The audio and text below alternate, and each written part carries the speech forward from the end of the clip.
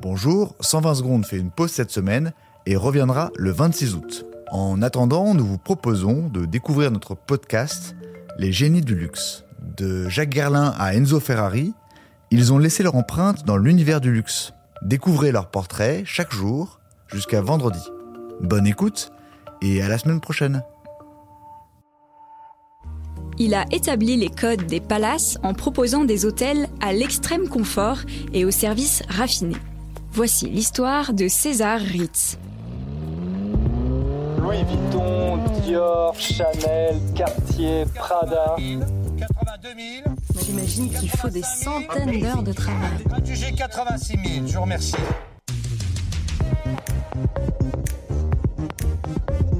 Les génies du luxe, un podcast Capital. Rien ne prédestinait César Ritz à devenir l'un des grands innovateurs du luxe. Pourtant, en 1898, le Ritz de Paris hisse l'hôtellerie vers de nouveaux sommets. Né en 1850 au fin fond des alpages suisses, l'homme qui a inventé le palace moderne grandit au milieu des chèvres avant d'être placé en apprentissage comme sommelier dans une auberge à l'âge de 14 ans. L'expérience est loin d'être concluante, mais ce cadet de 13 enfants n'a d'autre choix que de continuer à travailler.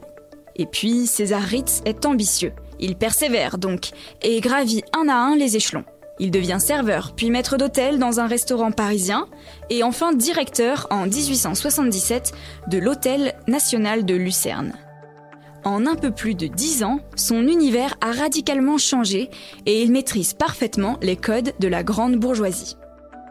Lorsque, 4 ans plus tard, on lui propose le poste de directeur général du Grand Hôtel de Monte-Carlo, César Ritz ne choisit pas.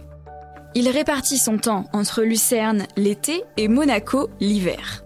C'est là qu'il fait la rencontre d'un jeune maître cuisinier, Escoffier, qui organise de grands dîners à Paris, Londres et Berlin. Il le recrute pour relancer l'établissement un peu vieillissant. La table du Grand Hôtel devient rapidement courue, ce qui conforte Ritz dans l'idée que la gastronomie est une composante essentielle de l'hôtellerie. L'association de Ritz et d'Escoffier compte parmi les événements les plus heureux de leur vie, notera sa veuve dans un livre consacré à son mari. En 1890, Ritz prend la direction du Savoy à Londres et il confie celle du restaurant à son chef préféré. Il a alors acquis suffisamment d'expérience à Paris, Baden-Baden et Monaco pour savoir ce qui fait le charme et la distinction d'une adresse remarquable. Le sens de l'élégance et la qualité du service qui doit être efficace et attentionné sans être servile. Et il le répète sans cesse à ses équipes, le client a toujours raison. Le propriétaire du Savoy, un riche impresario de théâtre, n'a qu'une notion très vague de la façon de gérer un hôtel. César Ritz s'offre donc carte blanche pour tester ses intuitions. Il va faire du Savoy le lieu le plus chic et le plus branché de Londres. C'est là qu'il faut voir et être vu. Élisabeth de Gramont y est la première femme à oser fumer en public. Pendant que la jet-set s'amuse, l'homme d'affaires a créé sa propre société et songe à la prochaine étape. Congédié du Savoy à la suite d'une affaire de vol de bouteilles de vin, il décide de réaliser son rêve.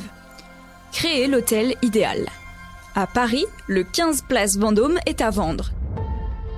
C'est là, en juin 1898, qu'est inauguré le Ritz, premier palace à bénéficier de l'électricité, d'un téléphone et d'une salle de bain avec WC dans chaque chambre.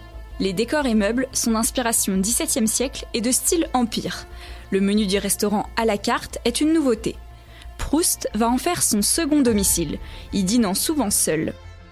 Le maître d'hôtel lui distille les potins qui lui servent à décrire la haute société.